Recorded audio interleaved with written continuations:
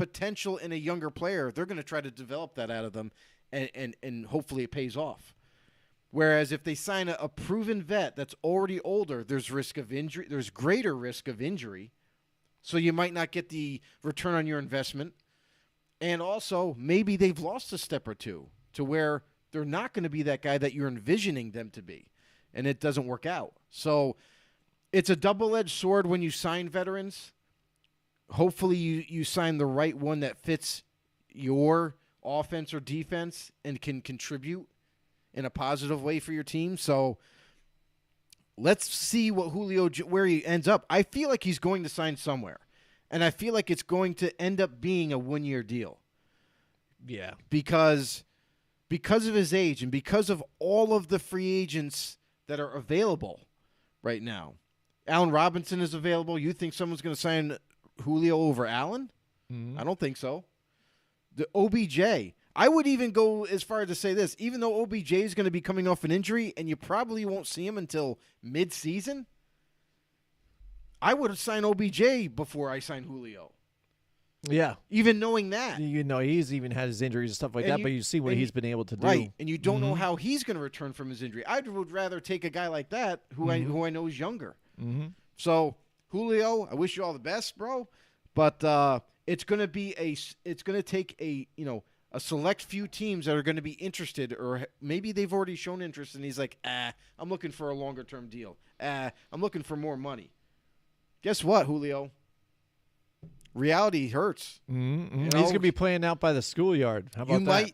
You might have to take a lower deal to get on a team and prove yourself once again. Because let's just say, if you sign a one-year deal, I don't know, Green Bay. Let's just say Green Bay, for example, right? They get him on the cheap, bring him in. What if he gets hurt 4 games into the season and he's done for the year? It was a waste.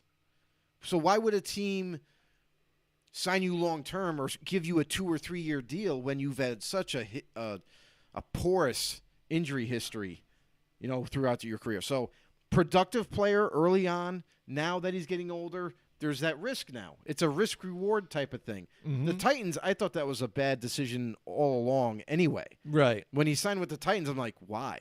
Yeah. Like, you got Julio, but you don't throw the ball a lot. You run the ball a lot. So let's see. We'll see how it shakes out. He's definitely going to sign somewhere, but it's going to be with the expectations of it's either going to be incentive-laden type of deal. It's going to be short-term. It might be just a one-year deal, prove-it deal. But in the end, Julio Jones will sign somewhere. It just depends on where, because when you have like Patrick Mahomes and the Chiefs, they're still looking for receivers. Now maybe, just maybe, they clear enough cap space and bring Julio in. How crazy would that be? Yeah, if he stays healthy, and you got Tyreek Hill, you got Travis Kelce, and now holy shit, Julio Jones. As long as he can, and that's always been the if. Yeah, can he stay healthy? So, those teams that are ready to win now, like the Chiefs, like the Bills, even, you know what I mean? Like Green Bay, as long as they have Rodgers, they got a chance, right? And some of these up-and-coming teams, maybe the Cardinals, because they don't have A.J. Green, maybe they bring Julio to pair him up with Hopkins. So there's a lot of things out there where he could go a lot of different ways. Yeah, that's the thing with these types of players here too. I mean, because you see the lack of production. You see that he was even injured too, and so that's why the reasoning for that he's cut. And then when you think of a team that's going to pick him up, when he joins that roster, you instantly think, ooh, well, that's nice now too, because again, you think of that potential of what he was. If you can get an ounce of that on the side of whoever else is there, it does make that offense that much better. And that's the thing, and that's what a lot of those people are hoping for, and that's what they were kind of hoping for Tennessee, to get that spark out of him. But unfortunately, they weren't on the field the same time. Right. A lot last season. They were both. It was just switching back and forth between injuries. Hey, Tackett. And Mike Tackett's back with us, Hey, too. Tackett. Awesome. Hey. There he is. Yeah, I don't know what happened here, but we got him back. That's awesome. But we were I had just. to pay my internet bill. Oh, yeah. I see yes. it. Damn it. Yes. Yeah. What do you guys have out there? Is it Spectrum or is it what's the other ones out there? Yeah, because I know they move all around and he got all the done for one. So Well, Tackett, we were just talking about about Julio Jones. Yeah, we were just bringing that up again, and the fact that I asked Joe, I'm like, the thing about these guys. Did he get hurt again? No, yeah. Right this now, just in, cannot play. Yeah. I was just saying that, he was a casualty just because of the lack of production, injuries and stuff, but you still think with that guy, that type of caliber, what team could he sign with, or what is a great fit for him? Because he's probably going to sign, or in his mind, wants to sign with a contender. I know in teams' minds, they want to sign him on the cheap, because, of the history he's had these past couple of seasons. So what team do you think he might fit well that he can really produce and be a great option on the other side? The first team that comes to mind is Kansas City. Green Bay. I think that Listen, Green Bay was the second. I know Green Bay was third. Green Bay was third. So it was KC, Indianapolis, and Green Bay. So the reason, for KC is his wide receiver one days, in my opinion, are past him, but I think he can still be productive as a slot receiver, or even, as a decoy receiver. Maybe he can be double teamed. Some schemes will bring down the safety, and that'll cause a lot of mismatches and one-on-one opportunities. Right. Yeah, I mean, that's definitely a good one. The Kansas City Chiefs, again, imagine that, though, because that's the thing. It's Julio Jones, yes, he's kind of been on the down here, too, but then you hear those names, and you see him, you're like, oh, now if Patrick Mahomes can't get it to Tyreek Hill, he's got Julio Jones on the other side here, Mecole Hardman over here, still Travis Kelce right here. It's kind of like, dude, what the hell? It's like, it's a lot of times when you see the Patriots pick up a guy that's been out there floating on free agency too, it's like, well, our team don't really need him. But then all of a sudden when they get him, you're like, shit, man, look at this damn team now. Now they've got this, and like, come on, And something that always goes awry for any defense that plays the Chiefs is like when you think you got them all locked up, they dump it off to the running back, and then he takes off for 10 yards. So definitely tough. And then he also said the Green Bay Packers, like you were thinking now too. Again, how great is that when Aaron Rodgers has been banging, around, banging the table to try and get some weapons around here. If you can bring a healthy Julio Jones in there, and then maybe that helps even with saying, yeah, Devontae, now we've got Julio on the other side here too. We're really making a push here. Come on, let's help it out. He sticks around. That's a 1-2 tandem there, right there as well. And they still have your sneaky guy, Alan Lazard here. They signed his little tender there too, so he's still there. So you got those guys floating around. That makes that offense that much better. So definitely. I mean, that's a good mix there too. And I'm sorry, like if you were to pair up Jones, a healthy you got to say that too every time. A healthy Julio Jones with Devontae Adams. Whew. Yeah. Wow. Absolutely. Now the team you brought up here about the Indianapolis Colts. What direction you kind of see them going in? Because when you see that they do the trade with Carson Wentz, they give up on him after a season here. They wait in and get the trade for him and say, all right, this is that guy after Phillip Rivers that's going to get us to that next level. And it just fell flat. And they're like, no, here, NFC East, take him back. We don't want him. And now they're kind of sitting there. They didn't have a lot of wide receivers now, too, because they're losing a lot of depth here and there. You've got Jonathan Taylor, who was almost MVP caliber last season, too, the way MVP. He's been running and doing well for that offense. It seems like they're in a rebuild, but what do you think about this team? Are they rebuilding? Are they retooling? Or what's the best option for these guys? I think with the Colts, it's 2 steps forward and 3 steps back. They seem to get ahead, and something comes array, or they lose somebody gets hurt. So it's just the way it's been since I think Andrew Luck retired. Speaking of quarterbacks, sources have suggested that they are going to try to pursue Marcus Mariota. If that is a no-go, then there's even talk about attempting to sway Gardner Minshew. So it'll be interesting. I don't know if Gardner is a starter in the league. What's the situation with Marcus Mariota? Did it benefit him watching behind Carr? I don't think he was a horrible starter in Tennessee. He wasn't the greatest by any means, but he was a serviceable quarterback. So maybe if he gets in the right system, that was right. When he was in Tennessee, they were shaky. They had Chris Johnson for a good 2 seasons of hella good production, and then that dropped off. And yep. I don't know. So I would say of those 2 quarterbacks, one is likely to sign with Indy. I don't think that Eason, I think, is the answer who they currently have there. Yeah, I don't think that he's a long-term solution in Indy. Yeah.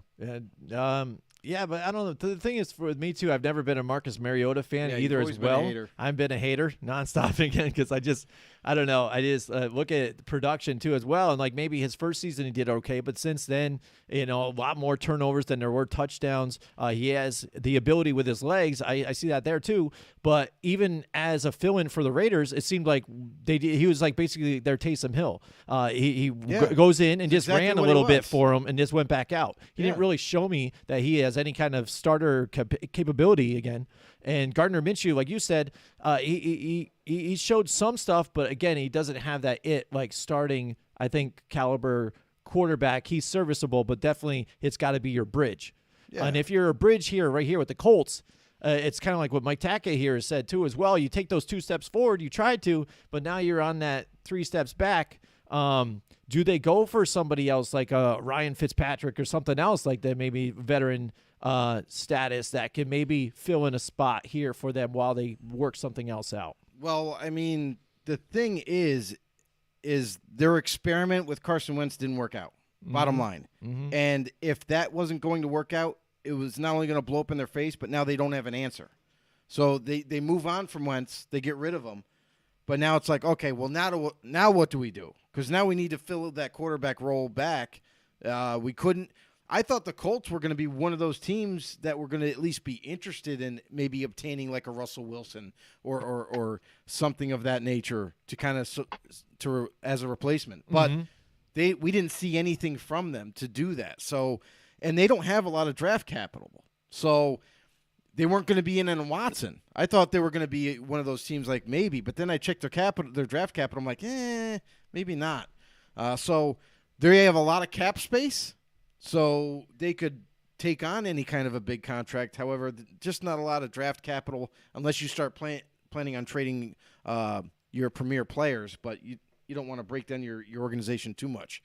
So as far as Marcus Mariota goes, I think it would be a decent signing for them, at least for now.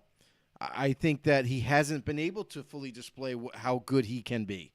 The thing with the Raiders, he was a backup. You're not going to see a backup quarterback play over the starting quarterback, so you're not going to see enough anyway.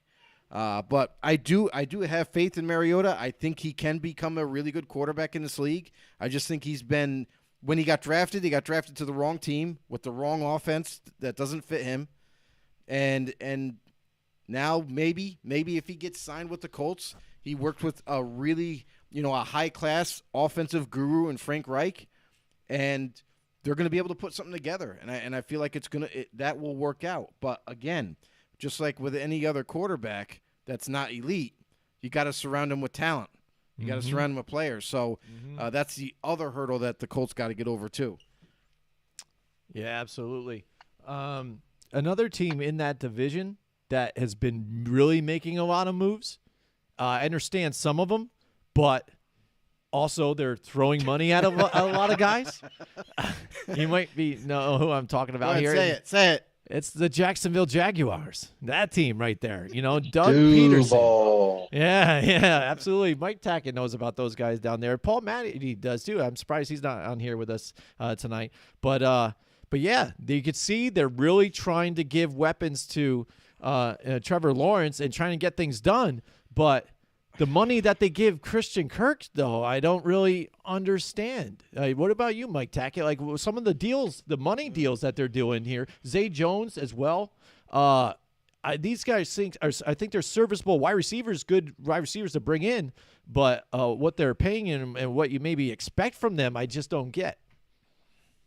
I think 6-11 has never looked so sexy before. Nice, man. Nice. I love it. So listen, when these teams, desperation comes, knocking and they've got some money to throw, they're gonna throw whatever they can because they're desperate and there's jobs on the line. But I think at the end of the day, I'm not really. Yes, they've spent a lot of money, and Florida's a nice place to live, but I just don't think that there's any home run signings. They're okay. I don't know. I'm not sold by, my thinking is, oh my God, Jacksonville's a playoff team. They're not. I think that they're mediocre at best signings. Right. Yeah. Right. And that's the thing. That's what we're kind of getting at. They're like making moves, but I'm kind of looking at them like, yeah, okay. Christian Kirk was really sitting back in that wide receiving core of Arizona, like back further, behind some of these other guys. And now you kind of signed him as to be like, you're thinking he's going to be your starting number one, but he's truly not. And to pay him like that too, same thing with Zay Jones, I think it's kind of a head scratcher. And there's other talent out there that they could be doing to try and really better this team. It just seems like they're trying to grab who's out there, just kind of guys that they can kind of get to come there, right? But isn't throwing it at them. Isn't that the kind of crazy part? Is they're going after certain guys, but they're going after the wrong guys, right? Like Christian Kirk is hands down just a number. He could be a really good number two. Mm-hmm. He could be. We'll see that. But guys like Zay Jones, who has gone through the NFL, has played for the Bills. Wanted to get naked in Buffalo, gets jettisoned out of Buffalo, goes to Vegas, and then and for a guy who has a very hard time separating from the defense, he's not a very good route runner, and he's not super fast like people are reporting. Like when I watched the Raiders, I didn't see him separate from anybody. So if that's I thought you were gonna say you could outrun him. So if I could outrun him. So if that's your number one. And Christian Kirk is your number two. Number two, Christian Kirk is going to supersede Zay Jones all day long with production. But you're putting so much money into these guys when they should have been targeting DJ Chark Jr., who I think they could to re-sign him. Because that's the head scratcher too. A little bit. Coming off an injury, I get it, but look at what he signed for. He signed a 1-year prove-it deal for basically $10 million. It's a $12 million deal, but basically it's $10 million that he's going to make. So why don't you re-sign Chark? And then go out, then maybe even pursue Allen Robinson on top of it. Because you have all this money, go after the big wigs. Yeah. Really help Trevor Lawrence. And we just didn't see that. And I'm sorry, but I'm actually very disappointed in what the Jaguars have done thus far. And for them to give also a lot of money to a tight end that's unproductive in Evan Ingram, a guy who has a hard time catching the ball. He's got everything else. Hey, I'm glad with that one, man. We don't have him anymore. I'm excited. I mean, 1 year, $9 million? Really? Jesus. I don't know. Jacksonville, good luck picking first next year. Yeah. Maybe a healthy Julio Jones will be in Jacksonville. There you go, right? How about that? Might as well start on to it. So I compare the Jacksonville signings. So you're going to a car dealership with a lot of money, and instead of spending that money on a nice new car, you're buying a bunch of old raggedy cars that's going to hold you over for a year or two. Yeah, exactly. Exactly. Well done, Tackett. Yeah, that's the thing. Yeah, that's right. Yeah, that's the thing. That. That's a great analogy. It is. It's like that. It's like that guy that says, or like you give your teen, you're like, here, we're gonna go buy this car. It's gonna take you out, and they buy like this other one. You're like, no, but you could get this one better. Like, no, but I really want this one, and then I can even get a moped too on the side. You got wine money, and you're making beer purchases. Right? Yeah, exactly. I tell you, I give you a good deal. 15 grand. 15 grand for this. It's all yours. You take it. Okay, nice. I'll take it. Boom. Nice. Next thing you know, 2 years later, you're releasing that receiver. Donald Spence in the house with us tonight. Wow. What's going on, Don? It's been a while since Don's been with us. It's been a long time, bro. He's laughing too as well. And that's the thing too, is like it's a funny thing with these Jaguars, right? It's been a year now. They had Urban Meyer over there. I was laughing at that whole deal, and then that whole season was kind of a joke, and then he's instantly out, you know. The problems that they had, his personal life too as well. They were just playing bad. Trevor Lawrence, he ruined Trevor Lawrence somehow. I mean, that's how great this guy, of a coach this guy is. You know what I'm saying? He ruined Trevor Lawrence, who was going to be like the God-given guy here in the NFL, and he couldn't produce. And And now they go and get Doug Peterson, the guy from Philadelphia who threw a game just so he can screw the Giants over and things like that. And showed that he was really not altogether a great head coach. So he goes down to the Jaguars. And again, this is the moves they're making. It's kind of funny. It's like almost the way maybe Jets fans, but Browns fans used to feel like too. It's like, oh, this is such a Browns thing to do. Or the Jets, like, here we go again. What the hell, Yeah. And the Jags, I think, are in that groove. Yeah. And they're competing for the worst run organization this year. They're trying. They're trying. They're really trying to get to London, maybe. I don't know. I don't know what the deal is here. They're really trying to get over there. Zach's with us. He says, just tuning back in, did you talk about the Giants' new tight end signing? Yes, we did, Zachary. We did, Zach. But what do you think about there? Let us know. Let us know in the comments what you think about the new tight end sighting. I know we brought it up earlier today when I was talking to Zach. We were saying that now they have no tight ends, on the roster until this move. Yep. And it's like, I'm like, well, that's at least you got a clean slate because you knew you weren't sure where you're going to get out of the Kyle Rudolph thing when you had him too, and then you know what you got there. Evan Ingram, we've been all kind of, banging the Lord, trying to get him out of there because, again, he was just not producing for us. He was either injured, but, again, makes some great play, but then a lot of drops, and you were brought in there to be that wide receiving threat, and you just weren't. And, some of the other guys, Caden Smith and whatever that, you were just, your stopgap guys here and there. They weren't really expected to be anything. So for them to try and make moves, I really wanted them to go for Uzoma. That would have been nice, too. A nice spot for him to be along with Daniel Jones. Yeah. But the Jets, let me tell you, the Jets made that move, too, and snagged him. I think that was great on the Jets to pull that off. Definitely. You're absolutely correct, Jim. Well, thank you. I hear that every now and then. That's great. But real quick, I want to it just kind of like sure popped in my brain, though. What's up? What about Jimmy G? What about Jimmy G to the Colts? Mm-hmm. There he goes. Zach, he says, I'm not sure what to think, to be honest, but is he our starter? Well, right now he's got to be if there's nobody else, right? That's the first signing. You never know what's going to happen, Zach. You never know. The Giants can wait till the draft. Who knows? Gronk could be wooed, maybe. Let's see. But he'd probably stay with his boy Tommy. I don't think Gronk can be wooed. Yeah. I mean, that guy. Listen. That every dream. I'm very powerful at wooing. Send me out there. Every dream that any NFL fan had of like, oh, Rob Gronkowski's available. Let's add him.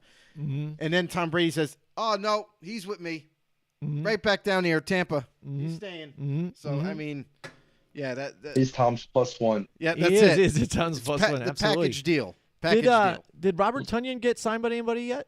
I know he was out there. No, he was coming off of a major injury. Yeah. He was productive for you guys at Green Bay before the injury. But. I tell you, that's a sleeper type signing. Mm-hmm. Like if he comes back, healthy and right, he could be a dominating tight end. We've seen flashes in Green Bay of him being just that. He could very easily be a Pro Bowl type of tight end if he's given enough opportunity. Mm-hmm. I'm sorry. Now, were you going to bring something else up here before I cut you off? I was saying about Jimmy G. What about Jimmy G going to the Colts? Niners have been looking for a trade partner. I think that that would be that's a decent fit for Indy. What do you think, Mike? Can Indy afford Jimmy G? Anybody can afford anybody if they really want to. Let's just say that. They have mathematicians that can figure that stuff out. I mean, think right? about it. If they were able to figure out restructured Patrick Mahomes' deal too. I know they made that like a 50-year deal, but you could Tackett. They stretched it as far as they could possibly go on that whole thing. Here's the craziest thing: is like teams that are over the cap. Yeah. They still got some work to do. Like Tampa Bay, when Brady announced he's coming back. Okay, cool. Brady's coming back. But then they go out and they spend, when they didn't have very much, they had about $3 million under the cap at the time, and they're like, oh, we're going to re-sign our center, 3 years, $39 million. We're going to re-sign our corner, Carlton Davis. You know what I mean? Big-time contract. And it's like, where are they getting this money from? Because last time I thought you had to be under the cap, not over. And I'm still waiting to get confirmation here on like how these teams are doing it, because for the there's like, I don't know, because if you look at Spotrac or if you look at overthecap.com, you get different numbers of teams who's over. Some say 4 teams, some say 6 teams.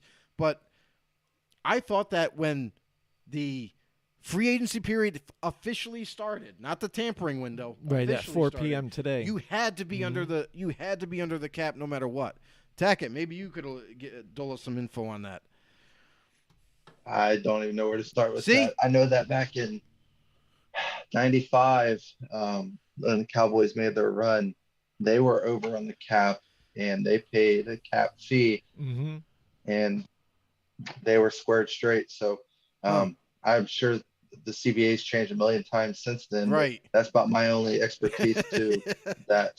Right, and that's what I remember too as well. It's like that they had shelled out extra. They knew they were going to be over, but they didn't care because they were going all in again to try and keep that group together. I mean, when you had Michael Irvin and all those guys, Emmitt Smith, they're just doing their best, and they just said, screw it, we'll bite the bullet on that one. Donald Spence, he says, Indy has Taylor. Anyone can hand him the ball with that line. He's got to be your offense there. And Jimmy G, he's been doing that too with the 49ers. I mean, ask him to hand the ball off. I mean, that's all they've been doing basically over there with the 49ers. And that's why kind of he's out there as a free agent to be traded and things. So, because he hasn't really showed you in those bigger games. Like I was looking for that in the Super Bowl. I was looking for that a few times out of him.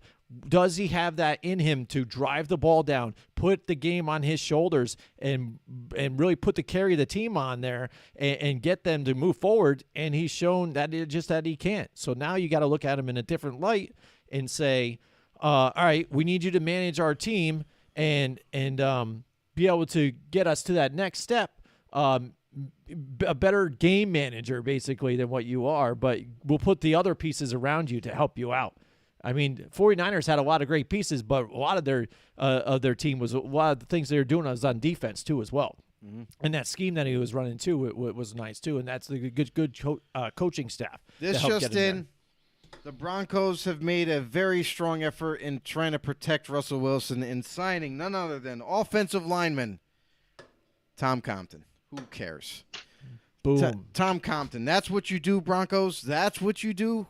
You don't bring in Teron Armstead or anybody like that. No, we got Tom Compton. That's what we got. Yeah. Donald Spencer says here, but they had Debo in too. That's the thing too. Debo is a all out, weapon altogether for them. This year especially. I felt bad for him when they got bounced out of the playoffs here because he got injured in that game too, and he came back out and he was putting everything out on the line on that game. And he has been such a weapon for them, especially this season, running, receiving all around. It was pretty impressive too what they had there. But you know what, Joe? It's been a while here. We haven't paid the bills here with these guys, so I'm going to tell you guys about my friends at Mohawk Honda here before I get in trouble. We're having so much fun here. We're talking to our man Mike Tackett here. He's on Zoom with us too. This is our first show back this season. Make it quick because some really big news just happened. Big news. We'll let you know here. Big news. Oh, you guys want really big news. Let me hear the big news first. I got to hear that first. Buccaneers' franchise player Chris Godwin has reached an agreement on a 3-year, $60 million deal that includes $40 million fully guaranteed at signing. Source tells ESPN per Adam Schefter. Boom. There you have it. Where the hell is Tampa Bay getting this money? I have no freaking clue. They're going all over. They're the Cowboys of '95, I guess. Here they go. Unbelievable. You know what I mean? They're trying to retool. Like, we got to do this for Tommy. He wants to go out with a championship ring, maybe. Who knows? I don't know. It's Tampa Bay. You know what? Never mind. I'm just going to leave that alone. All right, next. All right, here we go. Mohawk Honda, dude. I see this. I drive by these guys all the time. They're on Freeman Bridge Road. They're stocked just when you see these other car dealers out there, especially because of the whole COVID thing and production, all that stuff, not really having the inventory. Mohawk Honda, they've got it, man. They have, acres and acres of inventory, where it's pre-owns or it's, your brand new Hondas too out there too. You have the CRVs and stuff. Our man Goz just got another one too as well. Spring is here, Joe. It's starting to warm up here in New York a little bit until it rains the next day and it's 30 degrees. But sometimes we're feeling the warmth here because you know what? It's March. And spring is coming. It's coming. And it's a great time to get into yourself to new Mohawk Honda, too, as well. Visit Mohawk Honda at Freeman's Bridge Road, Glenville, to work with the people that you could trust during your your car buying experience. Throughout the month of March, too, as well. Mohawk Honda, Chevrolet, too, as well. Dude, they're collecting athletic equipment for underprivileged kids in the capital region. This is really cool. I like this whole thing. So what you can do is you can bring your equipment to either location at Mohawk Honda there in Freeman's Bridge Road, but they also have Mohawk Chevrolet, which is in Clifton Park. No, they moved, I think, to exit 12, I think, at Boston Spa. They're out there. All right, bring your equipment there to donate for these kids so they can play the sports and stuff like that, too, that they can't afford it and stuff. Help them out because you know what, kids, it helps get them into that and out off the streets or whatever, doing something positive with their lives and enjoying sports. So go check them out at any of those locations. Follow Mohawk Honda, too, on Facebook, Twitter, and Instagram to learn more. And also this month, you can watch Mohawk Honda staff compete in the plate challenge. They change plates throughout the whole thing. Like they give them one and how fast it takes to move them around and go around from car to car. It is wild. Yeah, I do. I'm going to sit here on YouTube for hours watching this stuff. But anyways, to find the right price, the right vehicle, the spot is Glenville, New York, and that's Mohawk Honda where they go out of their way to please you. Congratulations. Dude, I did it. Yeah, there you go. See, and we lost Mike Tackett. I can't see him on video. I did the damn Reed just screwed him up. He's like, I can't listen to this crap, man. What the hell is he talking about? All right, good. There. Man. All right. All right, Mohawk Honda. By the way, we haven't done this in a while either, too. If you guys haven't already, you could tell I have a lot of energy. You got to go to Raise Energy. Get yourself some Raise Energy. Repsports.com. Hit promo code Raise 'em up. Get yourself free shipping on some Raise Energy drinks, Joe. They're sugar-free. They're amazing. You don't have to tell me about guys. them. We love them here. I know all about them. We didn't know about these guys, and then all of a sudden we jumped into this stuff, and we got the sponsorship. And, dude, this stuff's amazing. I don't drink Monster or any of that stuff anymore. No, dude, I love it. Why would you when this product right here, this energy drink, made in the USA, right down in Florida by you, Tackett. Yeah. Raise. It's amazing. I'll tell you right now. That energy drink, it gets me so jacked up. I could flip cars. It's incredible. Loaded with all kind of amino acids and vitamins and you name it, it's got it. But all right, fantastic, and you don't crash either. That's the other good thing about it. I don't get drowsy or sleepy when I drink it, so that's a good thing, especially when I'm driving. All right, so kind of important. It is. It's very important. Yeah, very it important. is. There you go. We talked about a bunch of different teams here, the different trades that are going on too. Let's just touch on the Carson Wentz thing here quick too, because again, he was expected to be that guy getting reunited with Frank Reich. He was going to fix everything, kind of, what happened there. Maybe they can get this, thing back together. Failed epically, even though they did have a Jonathan Taylor that he can, hand it to and get that offense going. He's now with the Washington football team now. How do you think this team's going to look here? And really, is he going to be any kind of answer for them as well? What do you think, Mike? No. I like the question. Straight answer. Right? So. But sorry, I was just doing a little research. You're fine. I hear you. I think as long as they don't keep, as long as he stays up and not laying around the 38-yard line where so many Washington quarterbacks seem to get hurt, he has a chance. I thought about that. Yeah, and that's the thing. Especially given his injury history, it seems like when he's good, he's good, but when he's hurt, he's glass. Yeah, definitely. And that's why do you think though with a team like Washington, they were talking about going all in to get a quarterback. Mm-hmm. You know what I mean? They were like, dude, we're exhausting every option to get a quarterback. Mm-hmm. And their answer was Carson Wentz. I mean, when you're talking about a Jimmy G, you want to bring up Jimmy Garoppolo or something like that, that's on the table or something like that. Why not do that deal or something else out there? You know what I'm saying? That could be freed up. But you go with the Carson Wentz deal? Yeah, I think the Carson Wentz thing was a last resort. But how they is if did Jimmy try. G's still out there? I mean, they couldn't make it a deal with the 49ers? Maybe He just they don't wasn't like there? Jimmy G. Maybe they don't think he's going to fit their offense the way they want it to be fit. So I know that they definitely reached out for Deshaun Watson. They definitely talked about Russell Wilson possibly. They've reached out to those premier potential trades that they could have gotten, but gotten done. But in the end, I just don't think that the Commanders had enough. Oh, yeah, that's right. Yeah. They just didn't have enough. I'm going to screw that up all year. It's all right. I got you, bro. We're good. But I just don't think they had they were willing to be as aggressive as they kind of stated they were going to be. Mm-hmm. You know what I mean? Like, you look at a team like Denver. Denver, to me, was like the most aggressive on obtaining a quarterback. One of those elite ones. So they were going out there. They were putting it all out there. Like, oh, we want Rodgers. We want this. Hey, Rodgers, guess what? We signed Nathaniel Hackett. Come on down. You know what I mean? They pulled out all the stops, and they were willing to do what it was going to be necessary to either obtain Rodgers or maybe even make a trade like they did for Russell Wilson. They gave up a lot for Russell Wilson. So that was a team. If Washington's saying, oh, we're going to do everything, Broncos did everything. Washington, to me, didn't go all out. Like, Washington could have been one of those teams competing for Russell Wilson. And maybe they're like, well, we're not going to give up that much. So who knows what discussions were had or whatever. But in the end, Washington just couldn't get it done. So they said, here's a cheap option.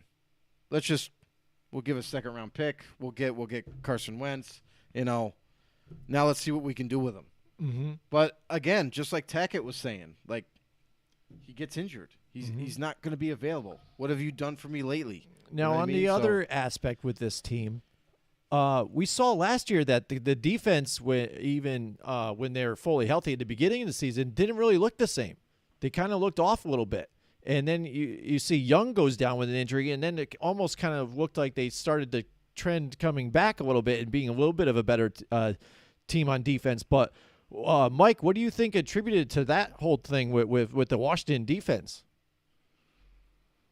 As far as you were cutting out there, as far as what? As far as, like, the how they kind of finished the year before and how it looked like when they were in that playoff game against the Tampa Bay Buccaneers and really pushing to maybe beat the Bucs in that game, to now last year just didn't look like the same defense. If you look back, going to Carolina and now Washington, Ron Rivera has a knack for starting off strong and then the defense just kind of simmers down. I don't know if it's just bad coaching. I don't know if they're just not peaking at the right time. But even like you said, when they're at their healthiest, it's just not good enough. You look at a team like Baltimore, who's going elbow deep in defensive help the last 3 years.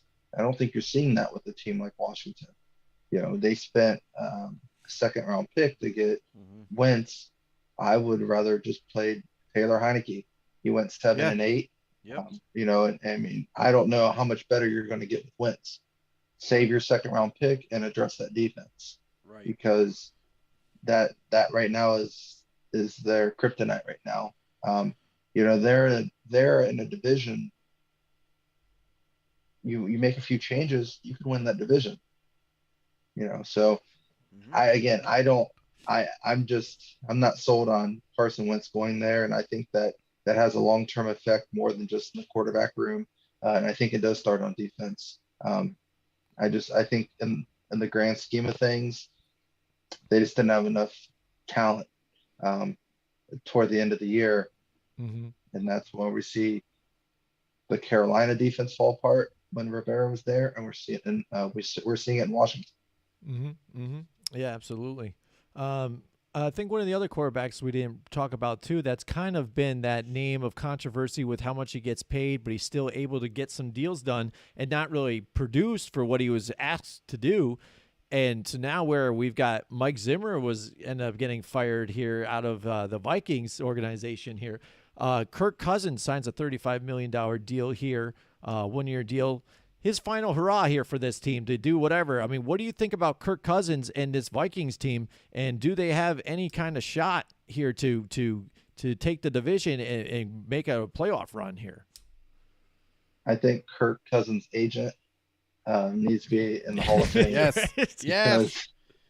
Yes. The amount of money that man has made versus the production it's crazy. I wonder what he comes and starts with. Like, what do you do? What does he say? Like, listen, man. All I know, all I know is that what Kirk Cousins has generated up to this point in contract money is $230 million.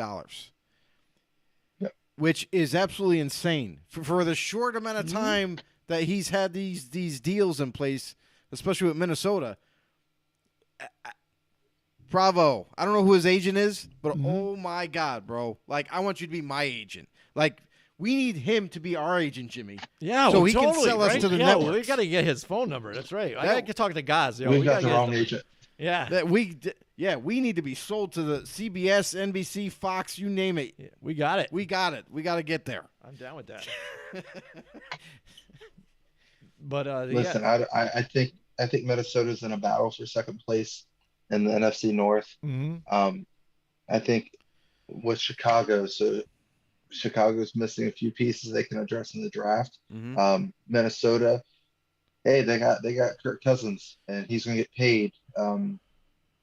But outside of that, I mean, I just don't see outside of Kirk Cousins any home run hits that's going to make them get past Green Bay. So I think they're just going to battle with Chicago and maybe they'll get a wild card playoff berth. But I think that's Minnesota Vikings football.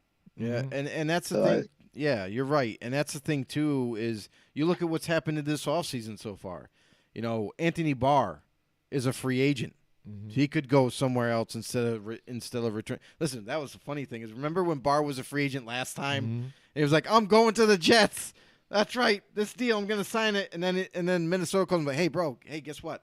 Hey, you forgot your car down here. We need you to return. We'll give it to you. And then they just like, here, sign this real quick. And then boom, he changed his mind, stays with Minnesota. So Anthony Barr, release your car. Listen, because look at this team is changing though. Because they pulled off this deal and extended a 1-year extension for Kirk Cousins, but it looks like they're gonna lose Anthony Barr, who's a premier part of that defense. They've already cut Michael Pierce, who was that backbone of the interior of the D line. Now he's gone because of salary reasons. You know, Patrick Peterson, who they signed, you know, when he became a free agent from the Cardinals. He's also a free agent. There's a lot of changes happening in Minnesota to the point where, to Tackett's point, I don't know how good they're going to be. So, and Chicago is in the same boat as well. They're losing D tackles left and right. They're losing offensive linemen. James Daniels signs a big deal. He's gone. So there's a lot of changes happening, but the one team that remains to be, still intact is Green Bay. So Green Bay is definitely not only the favorite to win that division yet again, but also it's still early. Let's see what Green Bay can do to make them even stronger. Yeah, absolutely. And that's the thing. We've had this question about Kirk Cousins, and I think that's what makes this more interesting and kind of almost a head scratcher for all of us too. Because, like you said, who the hell is this guy's agent? Because he hasn't gotten further than Case Keenum has gotten them, and he was brought in to get them farther. Right, got paid get him over the hump. A hell of a lot of money to do that, and Case Keenum has brought him further than what they had, and he's bounced from different teams, not getting the recognition. Right. And then again, now you got him here one last time, and then what are they going to do? You know what I mean? Then Kirk Cousins is going to be out there. He's going to be a free agent probably again, and then he try to sign another big deal with some other team or something like that. Watch him be like a Seattle Seahawk or something eventually or something. Who knows? It'd be crazy. But I got a couple other teams here. I want to bring up and talk about. Let's go back to the Jets real quick, too, and see some of the moves that they made. I like some of the signings that they've done here, too, and they're kind of showing that they want to bring in some talent here. Also, but they got Joe Flacco there, too, as their veteran to help out still maybe with their rookie. Now he's going to be a second-year quarterback. But Braxton Berrios again, C.J. Uzoma, And I mean, they're trying to make a push here to try and rebuild this thing, to try and get better in this division, to where, again, how are the Patriots going to look here? They bring Brian Hoyer back in to help out with Mac Jones and stuff. But we saw the Patriots have a bit of a run last year, but then kind of fizzle out too as well. Really not. They've shown that they could do well, but not really be that team that they were with Tom Brady and stuff like that, and be that much of a force. And really, what the Patriots are really doing is just kind of bringing back some of their veterans that are there a little bit, and letting some guys. I think even not having Jason Jackson there would be an issue for them. Well, I mean, anytime you lose a premier player like that, Mm-hmm. it's going to be an issue. Mm-hmm. Now you have to worry about filling that need that you have, and who knows? Maybe they have somebody in the background, of that roster where they show promise. They're going to just bring them up, because that used to be the Patriot way. It used to be just they already have one bullet in the chamber for the next guy to step in and be the starter. And now they're going through a little bit of a transition. Now you're losing like a bulk of your coaching staff now leaves to go to Vegas. It seems like right now they don't have that same nucleus that they once had. Like, yeah, they still got the veterans. Like, Donta Hightower is a free agent right now. Mm-hmm. If they don't bring him back, that's a big loss, I feel like. That he's the captain of that defense. So it looks like there's a lot of changes happening and a lot of head scratchers, for example. You look at what they've done so far this offseason and go back to the combine right now, real quick. Mm-hmm. What other organizations do is they usually have their head of college football scout. They have their GM. These guys are the guys that are actually interviewing the prospects. The Patriots, on the other hand, they had some little lower-ranked scout, a very young guy. He's only been there for 4 years. They had him talking to agents at the combine of these so-called, due to be drafted players. Very unorthodox. And then when you look at what they've done with their coaching staff, they return. Joe Judge returns, but he's put in a defensive role. And then Matt Patricia returns. And you're thinking Matt Patricia's back, he's going to be DC. No. Right. He's coaching offensive line. Right, yeah. What the fuck is the Patriots doing right now? Yeah, and you know what they said that too is that Bill Belichick might even be calling plays too, defensive plays and offensive plays here for the Patriots. So here's the crazy thing is they're doing all these unorthodox, they're making all these unorthodox decisions, and at the same time, it's like you have a rookie quarterback who thrived in his rookie year. But now it's like there's so much change going on with the coaching staff, how the front office is being run, and the personnel. If you don't bring back a lot of these vets, you're going to have, I think, a bigger issue in staying competitive. Whether Mac Jones, gets better or not.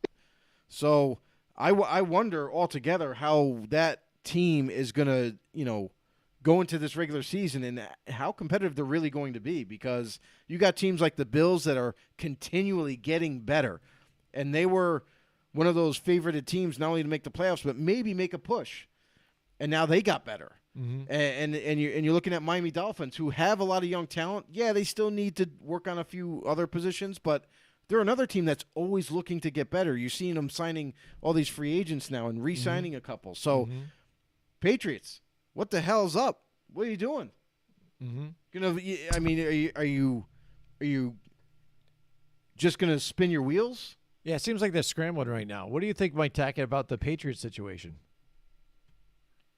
I think that the Dolphins are 2 or 3 years away from really coming up, and I think that the Patriots are about 2 or 3 years away from a really nasty implosion if they don't turn things around. They've got that quarterback. They've got Mac Jones, and that's great. But you got to start building around them because, to your guys' point, New England's losing veterans left and right, and the rich are getting richer, and that division's going to start getting to be more competitive. Buffalo is the cream of the crop right now, and the Dolphins, like I said, 2 or 3 years are going to be up there. The Jets are still the Jets. They're going to suck, I think, no matter what, until they get a good turnaround. So, I think right now the Patriots are at a crossroad, and they need to figure out what direction they're going to go, because they've got their franchise quarterback. What are you going to do with the rest of the team now? Yeah, and you also look at, too, what did they just do this offseason? They traded away a really good guard in Shaq Mason to Tampa Bay to team him back up with Tom. So, and not to mention the Jets, they're trying as well. They also added, the guard from the 49ers, Lincoln Tomlinson, to help beef up that offensive line. So you look at that O-line, I still think they need to upgrade at center and right tackle, but I mean, it looks like they are starting to put the pieces together to help their quarterback get better, to help, and Braxton Berrios to me is like another one of those underrated signings. That's a guy who I feel like he looks like he's going to be the starter because Crowder's a free agent. And when he was the starter and got more opportunity, he started to thrive, really take off. So they got a couple of nice pieces there. Now, the real issue I feel like for the Jets is defensively. They don't have corners.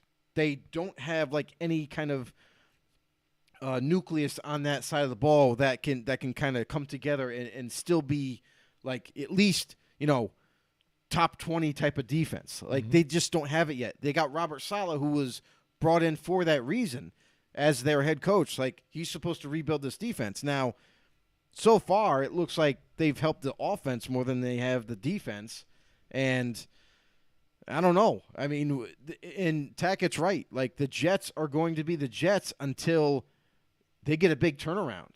Like that defense needs a overhaul. Like it needs to happen now. Otherwise, Robert Saleh, head coaches, they don't last long in the NFL if you don't do nothing. Yeah, I mean, and not to jump around a little bit here, but I talked about J.C. Jackson and the fact that he goes down to the Chargers to bounce back to your division here in the AFC West.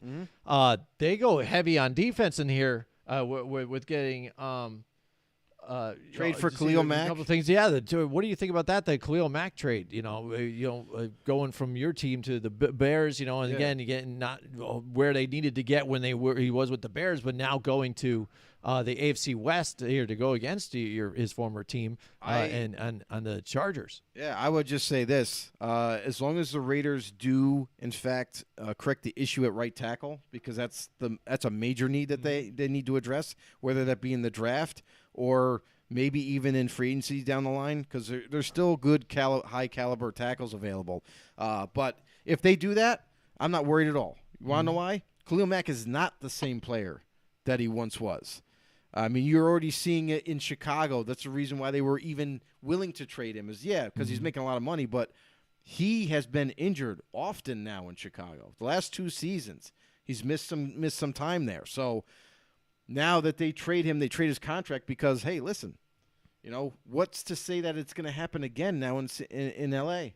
And he's not the same guy. Like, don't get me wrong, he's still good. He's still good. He's still a capable DN. Still can make plays. But he's not the dominating figure when he was younger.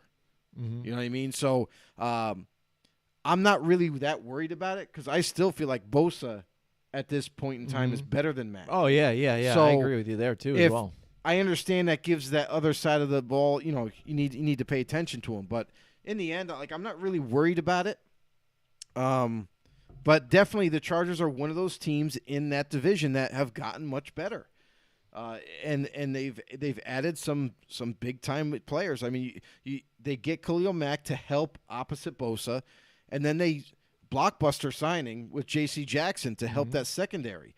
So now you look at that secondary right now, and you got Asante Samuel on one side, J.C. Jackson on the other, Derwin James in the back. Yep. But you still got to work on that linebacking core. I mean, that's a weakness. So, and that could happen in the draft. So, I mean, overall, I think the Chargers are doing a fantastic job building that team around Herbert and that defense up. And, that defense, I'll tell you right now, that division is going to be the most competitive division in the NFL next season. It's going to be crazy. Tackett, what do you think, buddy? But do you think it's still Kansas City's division for the next couple of years? No, I don't. I think that lead that they took on, just hammering down that division, and they got it down on lock. I think that's starting to deteriorate away now that these teams have gotten better. For the last couple of seasons, they've starting to get better. The Chargers are much closer now. They're right there with the Chiefs. And the Raiders, they are close. But now the only thing that I would be hesitant about in saying that the Raiders, and only like 3 years ago, like they almost swept the Chiefs, with Gruden and them. Mm-hmm.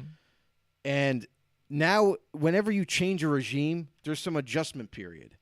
So, new scheme, that type of thing. I don't know how good the Raiders are going to be this upcoming season. I think their offense is going to be just fine. But I think their defense, now that it's going to be changing into Patrick Graham's scheme, there's going to be learning that has to be done. There's going to be different personnel guys. They got to gel. So, that's very, there's too many variables to really say that the Raiders are going to be neck and neck. But right now, I still think they're going to be competitive. But so that division, all in all, I think it's anybody's division next season. Wow. Yeah. You heard it here first. You're here first. Awesome. Well, Mike, I know you got to get running. Hey, it's been a pleasure here talking with you. You're one of our boys here since the beginning. He's an OG. Appreciate you jumping in on here with us. He is the OG know-it-all, everybody. He is. And one of these times, again, we're going to get out there. I have family in Florida. We're going to make a trip. He has family in Florida. We're going to get out there. We're going to hang sometime. So hopefully it's soon. Let's do it, man. Just don't come during tornado season. Yeah.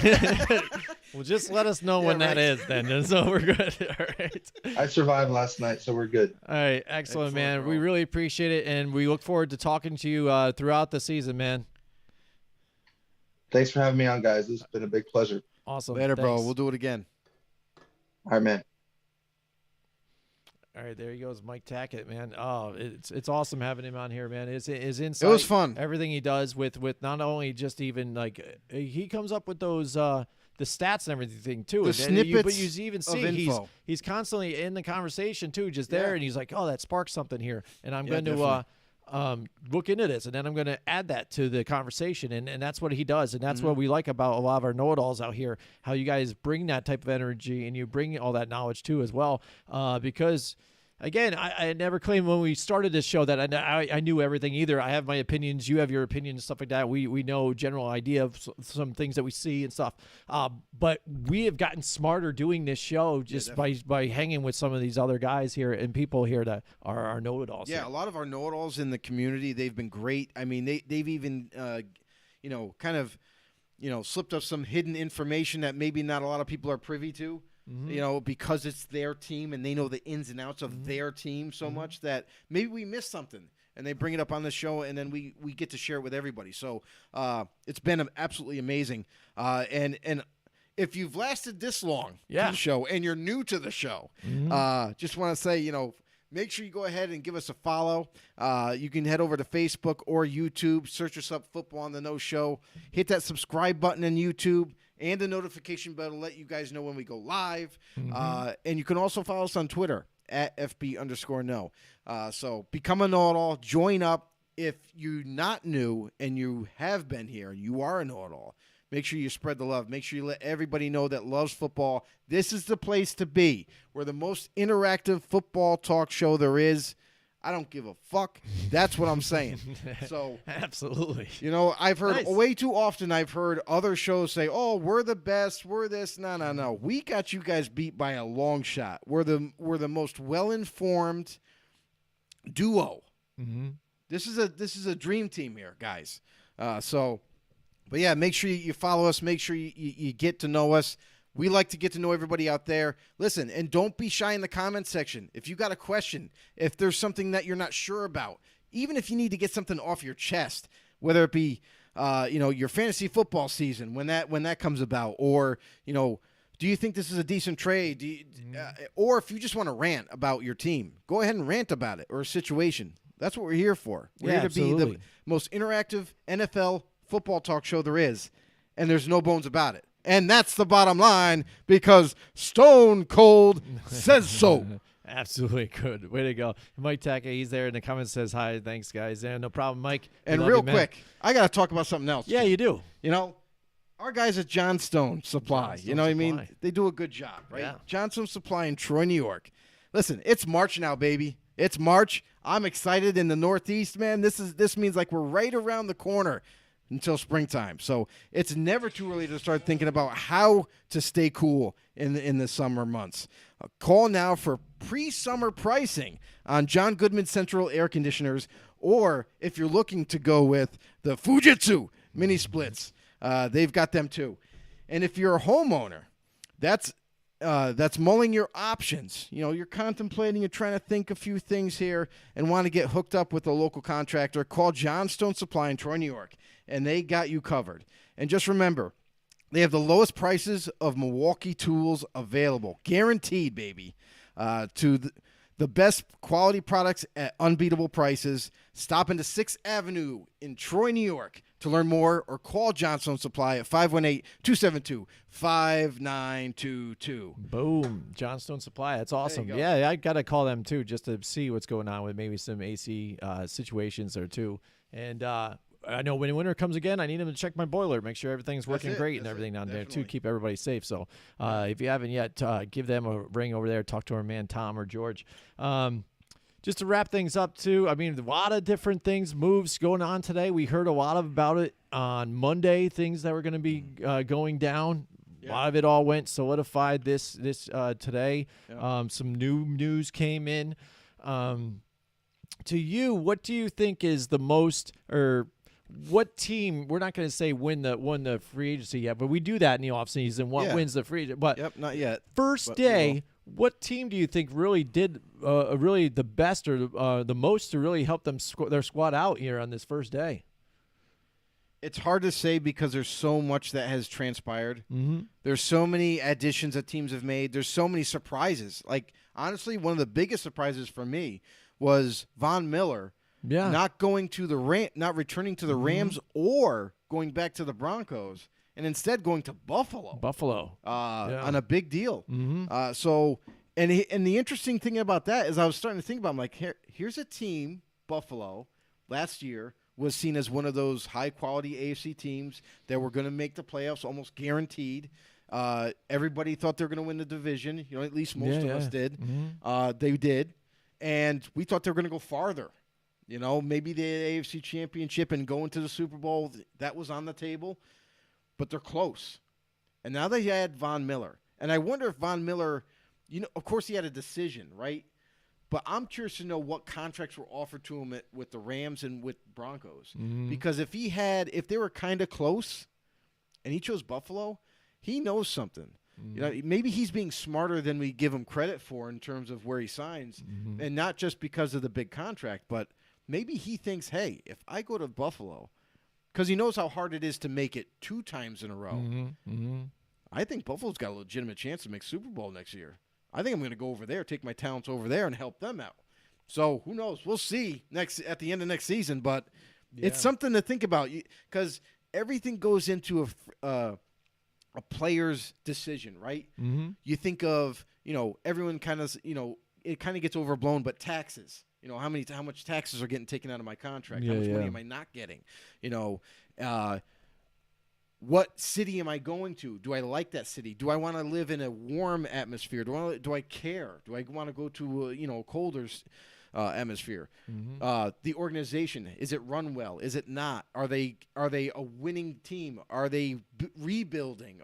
There's so many different variables to consider as a free agent that you kind of wonder when these contracts get done. Like, what was the point in the negotiation or the point in the conversation that you had with the coaches and maybe some players there that said, you know what, this is my place. This is where I'm going to go. Mm-hmm. It's an interesting thing to think about because everyone's like, oh, they go there for the more money.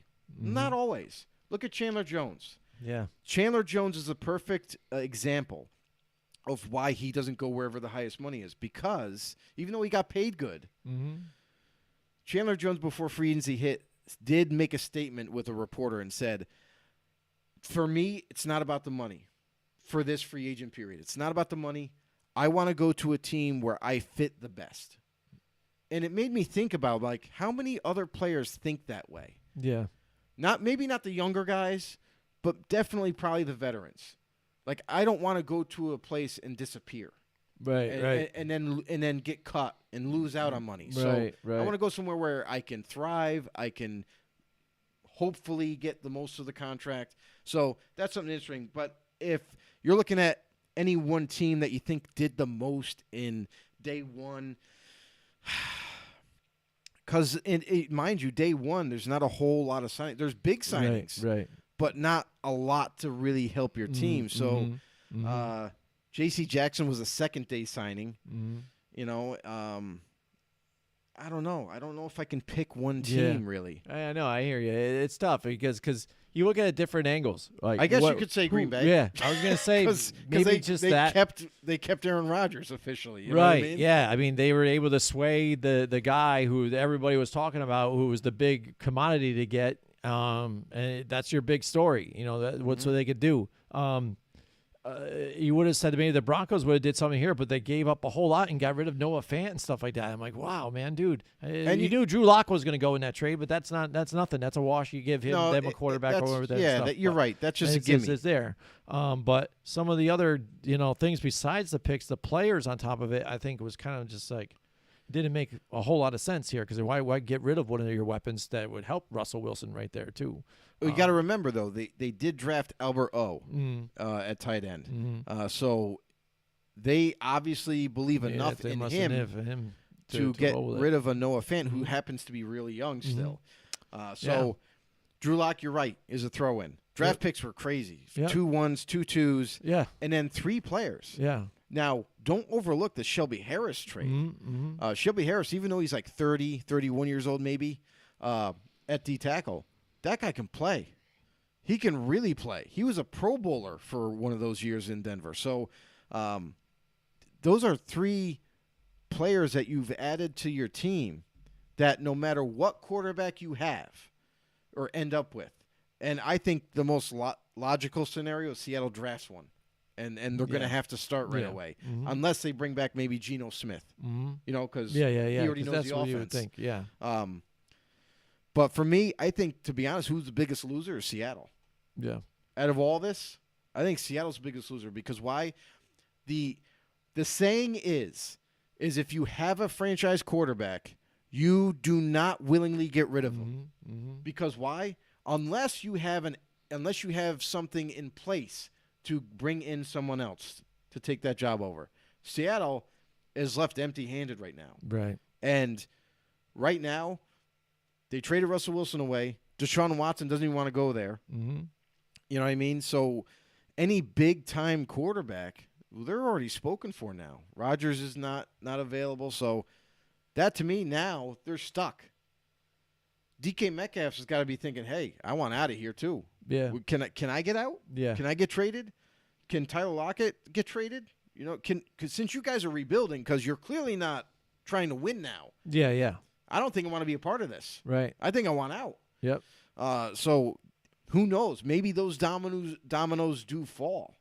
And they're just completely cleaning house. Yeah, because the last remaining thing, I was just going to say, the last remaining thing that they had on their defense that was their ending guy was Bobby Wagner. Yeah, and now he's gone. So that, I think, move right there it shows you, it encapsulates it all. Yeah. I think when they first started being a winning competitive team here, the Legion of Boom, he was there. A lot of those guys, Cam Chancellor, everybody, we know them all. He was one of the last remaining there. Oh, yeah.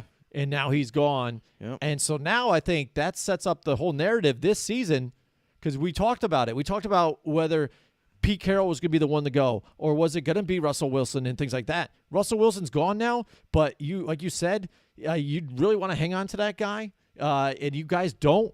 So you're stuck with Pete Carroll. Right. How long now? This season we're going to be hearing it until Pete Carroll, he's the oldest coach, I think, now, right? Or is it just second oldest? He's one of the he's up there. Yeah. He's up there. Coach in the league right now. He's probably lost a lot of the players here, and now probably more because of this. You're talking with DK Metcalf. Yeah. That's what we're going to hear this season. How long until he's gone? And here's the thing. thing. He's going to be on a hot seat. This is Brian Schneider, the GM of Seattle, right? This is on him as well because you've agreed to trade away your franchise quarterback. Mhm. And not pick the quarterback over the head coach. Now, because that was a scenario too. Do you keep the coach and you move on from Russell Wilson? He's losing some things. No, I don't think Russell Wilson has lost as much as people kind of let on. Mm-hmm. I still think he's a really good quarterback. I still think he's one of those top-notch type of quarterbacks in the league. And he might display it now in Denver. But whenever that scenario comes, I'm sorry, it's an easy decision for me. Bye-bye, coach. Yeah. I don't care who you are. I don't care if you're Bill Cowher in his prime. I don't care if you're Mike Tomlin. I'm choosing my quarterback over him. I can always replace coaches all day long. Mm-hmm. So players are harder to get, especially quarterbacks. Yeah, exactly. And that's when you look at it, too, because I'm on the same boat as you. I want to say, the same thing. Like, you did see a little downturn, but, basically what I think that is multiple years of 50-plus sacks. Yeah. Having to do everything on your own. On your own. Without that For the line, most part, even including the running game, what I'm saying? To where it finally, he finally broke. All right, you finally did it. You wore him out. He's done. It's it. You finally did it. So he needed a fresh new look here and there. He's able to do what he can do there, and you're gonna see him. You're gonna see him come back a little bit. And I'm not one of those guys like you're talking about that you're hearing again with some of these analysts. Not even in the top 5. Elite quarterback conversation anymore. Like, get the hell out of here, man, bro. Really? Are you serious? And some fans out there, too, are jumping right on board with that, too. Like, no, Russell Wilson, look at him. He sucked this year. He's terrible. And everybody's so quick to have him fall out of grace. It's so fast and just dog a guy. It's so quick. Look how quick everybody jumped on the Joe Burrow bandwagon this year. How fast did that happen, Joe? I mean, a lot of people liked him before the injury and stuff like that, too. But, no, dude, crickets. And now this year, you probably have let's say 2,000 more Bengals fans popped up out of nowhere this year probably after that. Oh yeah, big time. Yeah. Where were they the whole time? Yeah. And then even now you got some of these guys, some of these veterans that say, "Hey, I'd go play with Joe Burrow and stuff now too and join into that squad." It happens just as fast, just as that. And that's funny that you say that too, is because you also look at like wide receivers, right? Like, I want to go play with Joe Burrow now. Yeah. There's no room. No room now for T. you, Higgins, homie. Jamar Chase, and Tyler Boyd. Yep. There's no room anymore. Mm-hmm. So just because you want to go somewhere doesn't mean you get to go there. Yeah. And it's obviously it's all got to work out, but something to add into your mental capacity here is Doug Peterson, the Jaguars' new head coach, right? He said this: the plan for using wide receivers. That means Kirk, Zay Jones, and whoever else they have. Depends on game plan each week, apparently. Jesus. They will move them around based on matchups. So Christian Kirk could line up in the slot, outside, even next to an offensive tackle at times. So he plans on using, not the traditional sense of you're number 1, you're number 2, and you're the slot receiver. You're just moving all around. Everybody's going to get moved around. Now, this has already been done before. Yeah. Gruden's offense did this. Mm-hmm. He would move Hunter Renfrow around. He'd move Zay Jones around. He'd move, at the time, Henry Ruggs when he was playing. Right. So it's probably not an uncommon practice to do that, to kind of create mismatches and stuff like that. Yeah, it's like that's what you want to do throughout the game anyways. But here's to our point, is you basically have one starting caliber receiver still in Christian Kirk. To me, Zay Jones is still a backup. He's still a rotational guy. So you better do a lot more signing or get prepared for the draft and take one in the first round in order to be explosive like you think you're going to be. Mm-hmm. But yeah, and people are going to maybe even jump onto that. Once they see you trying to shuffle guys around, they're just going to have one guy keep spying and go on to the one other and follow another one here and there, so you don't get those matchups. But everybody, if you can, and that's the thing too, and that's what people are gonna see. And there's always been people that try to play up the matchups. I mean, Bill Belichick has done it for years, and things like that. So yeah, I mean, I understand it, but again, it's almost like we had said too. I'm like, yeah, but the personnel that you grabbed to do this, again, they're good players, but not. And what you've been paying them to throw them throw the money at them like they should be is not there. I mean, I don't see the equity. And that's what we're looking at. We don't see value. That's what we were talking about with Tom or Mike Tackett here. When you look at the Zeke Elliott and the Tony Pollard conversation, I want to get that production, if not more, out of the guy that I pay less. That sounds great to me. Every business owner wants something like that. Yeah. And when you don't have the production from another guy that you're paying a whole lot, then you're not getting value. You're not getting that type of thing. So I mean, that's how they want to run that whole team, and that's why people consider these different situations and different decisions that you want to make. And that's what makes the really good teams the really good teams is. Like, look at the Patriots. They are actually the perfect example of this. Is when they start to notice a player's decline, they get rid of them. Yeah, exactly. Whether it be a trade or they just let them walk in free agency, they get rid of them. Mm-hmm. Teams need to take notice of this happening more often. Now, when we were just talking about the Patriots earlier in the show, and we were saying, oh, well, Donta Hightower's still a free agent, and this guy, and Kyle Van Noy is still a free agent, and this guy's a free agent. If they stay out there and the Patriots don't even entertain to bring them back, obviously at their age, there's something up. Mm-hmm. Maybe you shouldn't sign them. Mm-hmm. You know what I mean? Mm-hmm. I mean, listen, plenty of teams think they got reclamation projects and they can fix anybody. You know what I mean? Coaches get like that. They're like, oh, add him. I can fix him. Mm-hmm. But it doesn't work out. So teams need to stay patient, stay poised, and keep attacking youth. Mm-hmm. Go after youth and potential, because you never know when you catch lightning in a bottle. And now, boom, now you got this player for the next 4 years, and he's, having a breakout season. So the other interesting thing I'll say about the offseason so far is you've noticed a lot of the big names we already expected to be gone in the first couple of days of free agency. However, there is a offensive tackle who is ranked number 1 per CBS football, Teron Armstead. Oh, wow. He's number 1 on their list, right? Rightfully so. Mm-hmm. But a team that needs a left tackle, this guy's still not signed. Mm-hmm. We're going into the 4th day after midnight tonight. Mm-hmm. Why isn't this guy getting any interest? Mm-hmm. Are teams afraid because he wants too much money? Maybe, but you got to start the conversation. Yeah. So teams that need a tackle, I mean, he's still out there. There's some really good players. Allen Robinson is still available. I think he might let that ride a little bit. I think he's going to shop around, I think, for this whole thing and make a decision. But he has been. That's the thing. There's been conversations, but the thing is everyone says, oh, well, this team is really aggressively going after him, and this team's really aggressively. There's 3 teams aggressively going after this one guy. But so far, nothing has transpired. Mm-hmm. Nothing has happened. Mm-hmm. Maybe some of those teams are the teams that he's also looking at that are in the Deshaun Watson type of conversation stuff, and see also, where the ball drops here. And also some of these free agents that are still out there that are bigger names or whatever, maybe they're a little older, but they're also waiting to see what kind of chips fall with any team that's interested in them. Like, are they going to add more help? Then I'll come. You know what I mean? Yeah. Stephon Gilmore is one of those guys. Yeah. 31-year-old corner who can still get it done, still fast, still is a great player. It seems like he's waiting to see. Now, last time I heard, there's 3 teams in on him, and he's going to make his decision soon. So we'll see what happens with that. Bobby Wagner's still available. He seems just like what you were saying, a more patient guy. Mm-hmm. He's going to just take a look at who's interested, who's offering what contracts, where am I going to end up living, where am I going, and then make a decision. Interesting one, Tyrann Mathieu. He's out there, but I guess he wants big money. Yeah.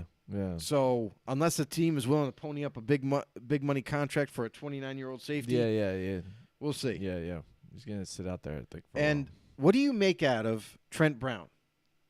Trent Brown is 28 years old, still in his prime technically. Mm-hmm. When he's healthy, one of the most dominant right tackles in the league. Yeah. If you're, and we've talked about this numerous times about both our teams, Giants and the Raiders. Mm-hmm. Both have needs at right tackle. Do you take a chance on a guy like this?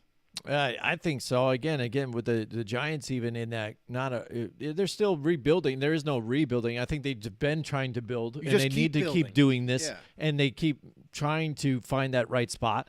This is something I think that's probably more understandable than what they tried to do with the Nate Solder idea. Mm-hmm. I was not sold on him before, again, because like you saw now with the trend with the Patriots, he was their weakest link on their line the year prior. They let him walk. He's dangling out there in free agency. You don't see something wrong with that? And the Giants are like, well, he's the next best one out there, so we're going to throw the money at him, and here we go, and bring him in, and it might work. Right. And that failed. Somebody like him now, again, youthful, still has something to offer here for them too on that right tackle spot. Not so much that the left tackle spot, the blind side that you really need. He's just a right tackle. I know, which will work out where there's not so much pressure there too to help out on that one side, and just hope that you were right with this Andrew Thomas situation here, and he continues to grow and be a good left tackle for you right now moving forward. Yep. I like the moves they got too, with Feliciano there too, and starting at center, and then they got guard. That's a nice mix right there too. Yep. And that John Feliciano signing is a great signing. Great signing. And then even I think Nick Gates said even he's willing to come back, which is crazy after that crazy knee injury he had and stuff. Kidding. But to have him as a plug and play, although even as a backup or whatever, if he's in there, whatever, that's cool too. He's more of a jackknife type of guy. He can run in any of those positions there. So to have that type of guy there, just on the roster in the back, I think it was a nice fill in too. If he can still be able to play with that gnarly injury that he had. All right. Lastly, I want to end the show with I'm going to give you a few players that either have question marks, maybe they're coming off an injury, and I want you to let me know: A, would you consider signing them? And B, what is a destination that you think is likely for them to go to? Okay? Mm-hmm. So first one is Jadeveon Clowney. A guy that doesn't really get sacks, but he gets pressure. He's good against the run, but gets pressure, but not really sacks. So what do you think about that guy? He's 29 years old, by the way. Some team go for him, and what team to actually go for him? Or do I want my team to go for him or something? Or Not necessarily your team only. I'm saying just overall, do you think he's worth signing? And what destination do you think he's going to go I to? think, again, we know what he is. Like you just said. You said it all encapsulated in one sentence there. And that's how teams have been taking him. You see, he goes later on, even after the season started, and, hey, we jump onto this roster. Maybe I can help them out. So recently with the Cleveland Browns, here we go. Not a difference maker, but enough to get some other guys open, alleviate some of that pressure. Yeah. Again, depending on what kind of money it happens and what scheme he fits in, he can help some of those other bigger guys get open and stuff like that. Like you saw, say, like when Khalil Mack lost some of those other guys like Akeem Hicks to injury, and when Roquan Smith was injured too as well, he couldn't get enough pressures. But if he had like a Jadeveon Clowney there to help out too on the other side, maybe it would alleviate some double teams or something like that. I think that's his role. Yeah. That's how it always has been. I think when he was there with J.J. Watt too. It wasn't like people were bringing two guys over to block, That's Jadeveon Clowney. It was really similar. That in Houston is where he was the most productive because J.J. Watt would disrupt the defense so much that sometimes quarterbacks just run it right into him. You know what I mean? So, but yeah, Clowney I think is decent, but he is 29 years old. It's not like he's 26, 27. Right. So, I wonder, since he's bounced around on a few different teams at this point, like, do I think he's worth signing? Maybe on the cheap. Yeah, maybe on the cheap. But I don't know. Like, if you're bringing him in to be a starter for you, like, let's just say, for example, if he goes back to Seattle, because Seattle needs help, right? But what are you really signing this guy for? You got to be just signing him for him to be a rotational player almost. Because why would you have him just be out there by himself? So I agree with you. I think he has to go somewhere where there's already another pass rusher that they just need help. And actually, I mean, Clowney could have easily went to the Chargers before they traded for Khalil Mack. Right, because I think if you fall into the lines of, like, say, the Giants that I follow, our leading pass leader, I think it was Leonard Williams, too, at one point. You know what I mean? We could use a pass rusher. But so for us, he would come to us as, like, I would be your pass rusher because we have none. So he would want to get more money and stuff. So to try and get him on the cheap to be our one pass rusher doesn't really make sense and doesn't fit for us. You know what I mean? Even though if we're still running like a 3-4 defense, he would probably fit the scheme well. For him to be our elite pass rusher, again, and what would we pay him to do that? Right. You know what I mean? Is the question. Rob Gronkowski. Again, he's probably, now that he knows Tom Brady's coming back, he's going to stay with him and stick around there. He's only been able to make it work there just because, I mean, yes, he was locked into that Patriots contract that he hit, and when he decided to come back, they had to release that to the Buccaneers to make that work. To do that trade. But far as hitting free agency, I think the teams still look at him as like I think people have looked at him. He's older, gets injured a lot. What can we really do for him? Maybe if we signed him on the cheap, he would be helpful enough, at least as a run blocker, and we could still get him, into the open field a little. But I don't really think there's a whole lot of people interested. I think that if Rob Gronkowski goes to an offense that utilizes double tight ends, that's where he can thrive once again. I agree with you there, too. Tampa Bay doesn't.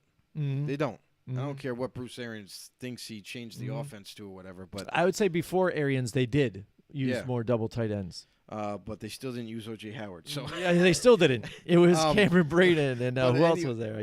For Gronk, I feel like if he wasn't going to return to Tampa, which we all know that's probably going to happen, he could thrive actually.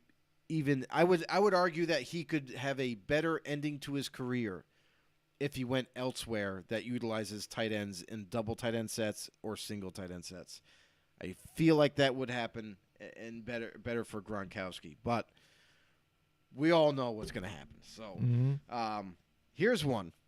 This is the interesting one. We brought it up on the show before. Odell Beckham Jr. Coming off a major injury yet again. That knee again. I don't know which side it was, but once again, going to have to rehabilitate, come back healthy, come back strong. He's definitely not going to be ready for the start of the season. But midway through the season is what more of a projected, timetable for him to come back. Do you think it's worth signing Odell Beckham coming back from another injury, and B, do you think there's a destination that would be willing to take that risk midway through the season? Automatically, once they won the championship and there were conversations about what Odell Beckham Jr. was going to do, him and L.A. have basically agreed with each other about, hey, listen, he said openly, I know I'm injured now too. I'm willing to come back at a veteran minimum, like very cheap. Yeah. And they returned the compliment and said, hey, we would love to. Interested. Yeah, I know. And that's what I mean. Rest up, get your injury done, and, we'll work through it. So I think if anything, it's going to be L.A. because, again, he just did it already. He was just getting that rapport now with Matthew Stafford, so it wasn't always going to have to be Cooper Kupp. He was getting there, so that was a dangerous tandem. You had him on the one side and Cooper Kupp on the other side. I think, again, he fits well, already knows it. They're willing to compromise with the health. He's willing to compromise with the money. It just makes more sense there. As far as everybody else, again, they're going to look at it more of a prove it to me deal. I'm still going to sign you cheap, and he's going to be like, well, I don't know if I want to do that now. Yeah. So I think the more likely scenario is Los Angeles. I'll tell you the reason why I don't think he returns to L.A. One, obvious reasons, returning from a major injury yet again. Two, even though they have mutual interest together, Robert Woods returns. Robert Woods was the reason when he got injured. It was the whole reason why they went out and got Odell. Robert Woods is still under contract. So he's not going anywhere. And they already have Cooper. So in order to bring back Odell, it would have to be on the cheap. It would have to be on a prove-it type of thing yet again because of the injury he's coming back from. So, having said that, Robert Woods is returning. You have Cooper Kupp. There's really no reason to bring Odell back unless it's on the cheap. And I'm not 100% sure if Odell wants to do that at 29 years old. He's not going to make a large amount of money, don't get me wrong, but I think he should be making more than what I feel like the Rams would be willing to pay him because of the situation of Robert Woods coming back. So that's why I don't think that scenario will happen. It's possible, but I think that with Robert Woods returning and still under contract, I just feel like that might not be the situation for Odell, and he may have to look for another team yet again. If he does, too, I mean, the way things have been going this season, again, and there's so much more to talk about. You talk about the chips to fall. We still have the Deshaun Watson thing to happen. Baker Mayfield, if he is not included in that trade, because that's what you're hearing, too, as well. You were talking about with me last night about now the Texans don't even want Baker Mayfield in that trade. No. So where does that leave him then? And what kind of compensation are we getting? So then where is it going? Baker's going to sign with the Raiders and be the backup. That would be – I mean, that's what I mean. The doors are open for whatever. I mean, honestly, I don't think there's a single team, even a quarterback-needy team, that considers Baker Mayfield a starting caliber quarterback. I don't believe so. Well – there's teams that are willing to gamble on that, I think, though. Even though you say that there's not, they do. At one point, Carolina Panthers thought, Sam Darnold was feasible enough to go do and rework a contract for him and go in on him. Yeah. So I think some team will do that. But the thing is with Darnold, he showed promise before his injury. I mean, they were on a tear. What were they, 4-0, 5-0 before they got hurt, before Sam Darnold got hurt? And that's kind of derailed it. And then I think he came back too early from the injury, and obviously we know what happened there. But you're right. I think that, yes, it's happened, and teams are going to maybe give him another shot. But I don't think there's a true belief in any team, even though a teams give him another shot. I don't think there's a true belief that they think, well, he's going to be our franchise quarterback. So I think he's a stopgap quarterback at best. But ultimately, I think he's going to be a backup somewhere, whether that be behind Dak Prescott with the Cowboys or, wherever. Chicago with Justin Fields, maybe he's a backup there now. And who knows, maybe the Steelers, who now they signed Mitch Trubisky to potentially be the starter. But I feel like between Dwayne Haskins and I don't even like Rudolph. Yeah. But I'm just going to say Rudolph is not going to be the starter, hands down. But I still think Haskins has potential because it's his second year in the system. And then you have Mitch Trubisky coming in. I think they're all going to compete for the starting job. Now, what's it going to hurt? If you just go ahead and sign Baker Mayfield on kind of like a cheaper deal, bring him in, he gets to compete for the starting job too.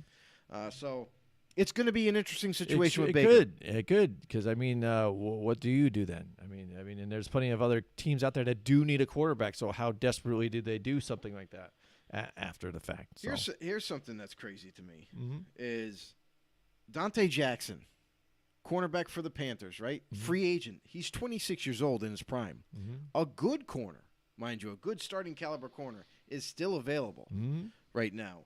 I don't know, Giants. You think you need a corner?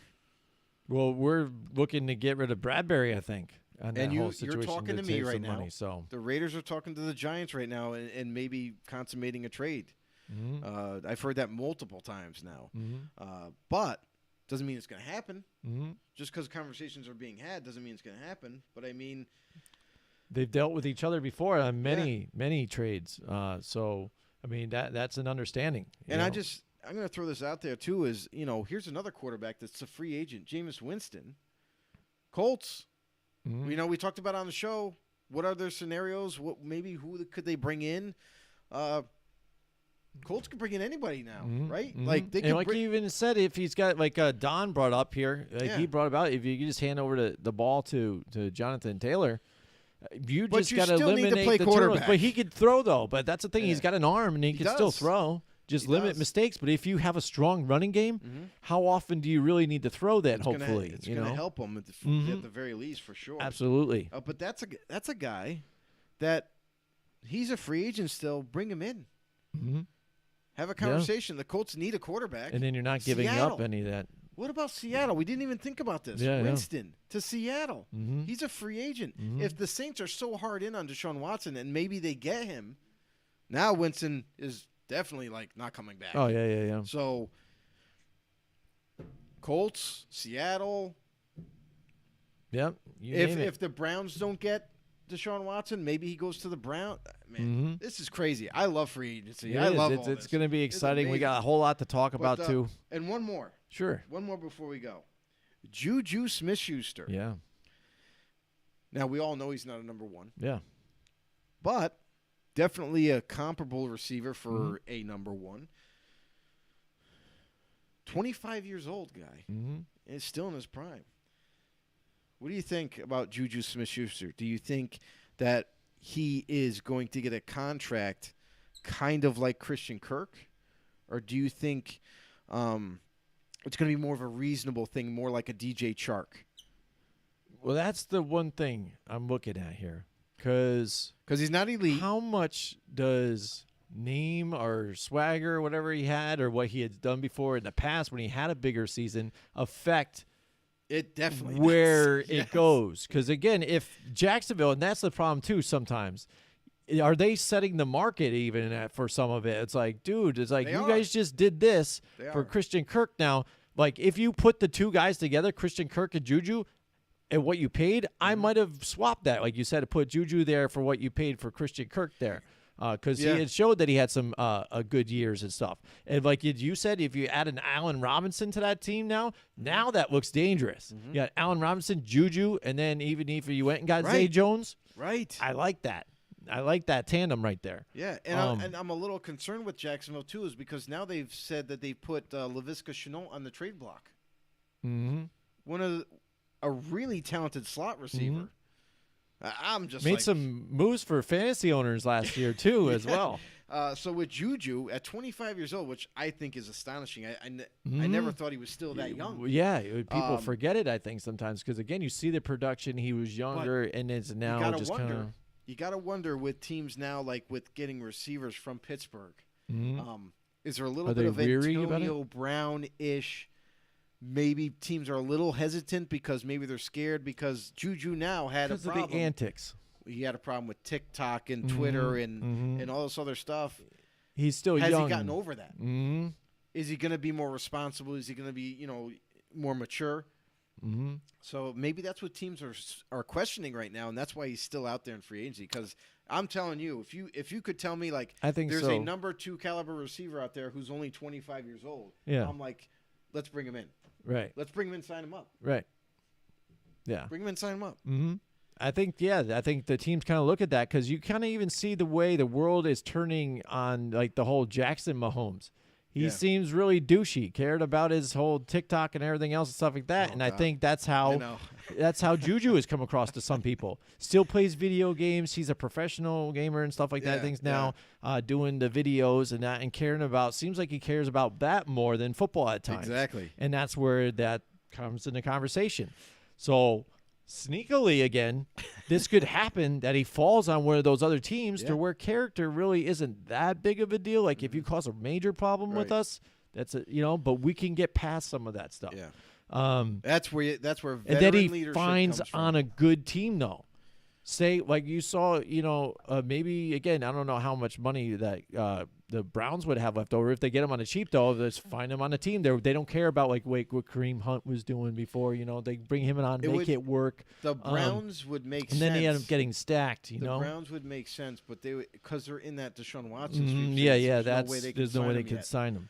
They would have to clear a boatload of space, not only to take on Watson's contract, but also to maybe acquire Juju and team him up with Amari Cooper. Right. Think about that. Right. If they were able to pull that off, you get Watson, you add Juju now with Cooper already, restructure Cooper's deal to lower that cap number, and wow, that's pretty nasty. And then you got 2 of the best running backs right behind you. No, one. Because Kareem Hunt is not going to be with Cleveland anymore. Real quick, I know I keep saying this. No, that's fine. If we keep having news going. This just in. Now, this is where every Seattle fan is going to probably lose their freaking minds right now.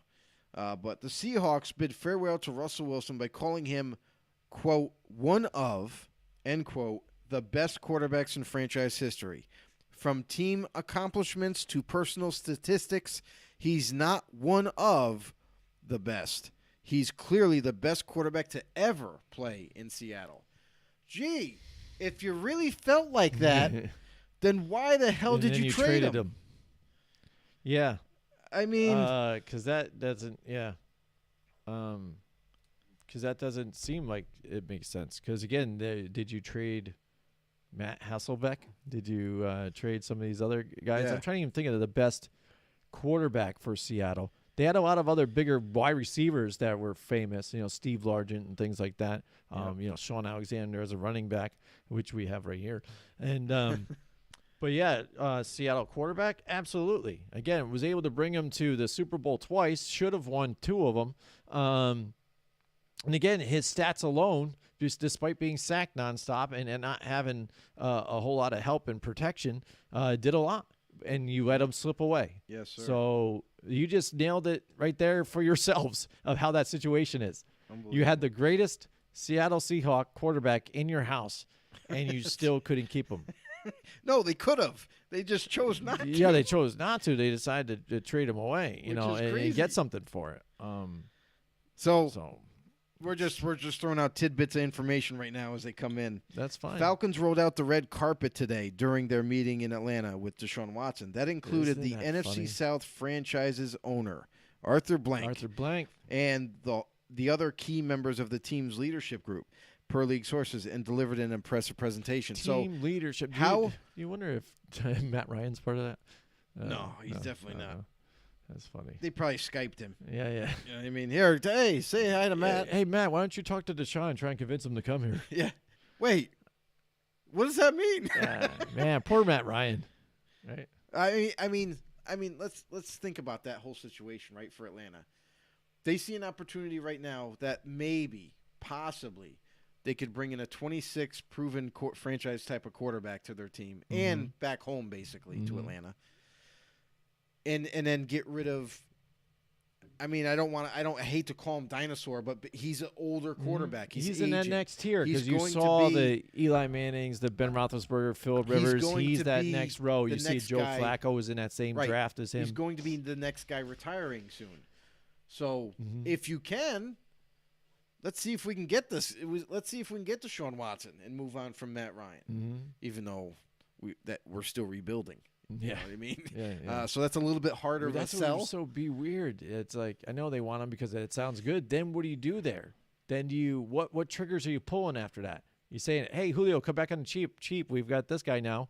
You never know. You're just blowing up the phone with everybody? Listen, you never know. Yeah. Because the thing with Julio, just like we talked about, like we don't see him getting another big-time contract. At his age, I mean, look at Antonio Brown. Perfect example. 36 years old. How big of a contract did he have at Tampa? Nothing. Nothing. He had a 1 year, I don't know, 6, 7, 8, maybe even $9 million contract. That's really nothing for a receiver. Right. That's what I think Julio's going to end up getting. Yep. So if that's the case, and hey, Julio, we don't have Ridley anymore, so we're going to really need you back.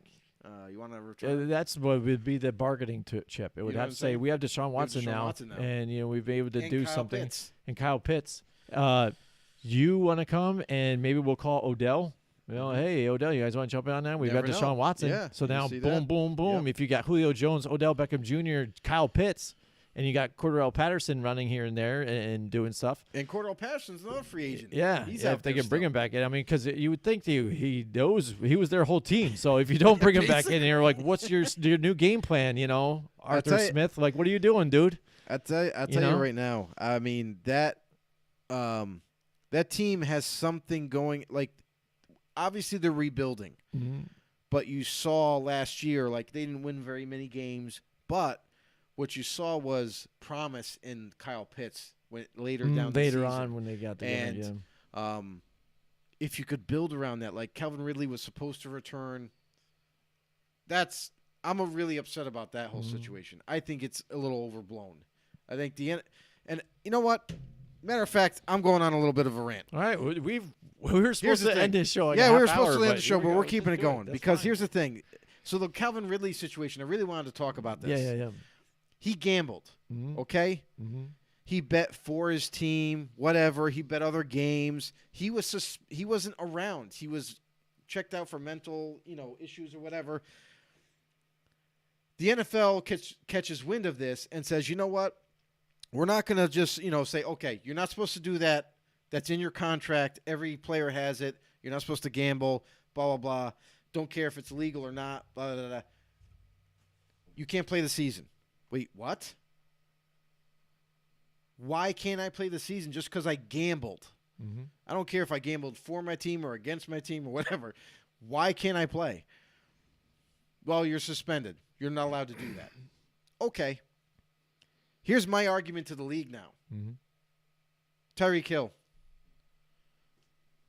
He's playing. No suspension. Mm-hmm. Regardless of the allegations that were out there. Some proof was there. Still nothing happened. He got to play. I think he only had a 2 or 4 game suspension. Mm-hmm. Right? Kareem Hunt beats the shit out of a woman in a hotel on the floor. Kicks her. What do you get? 8 game suspension. Mm-hmm.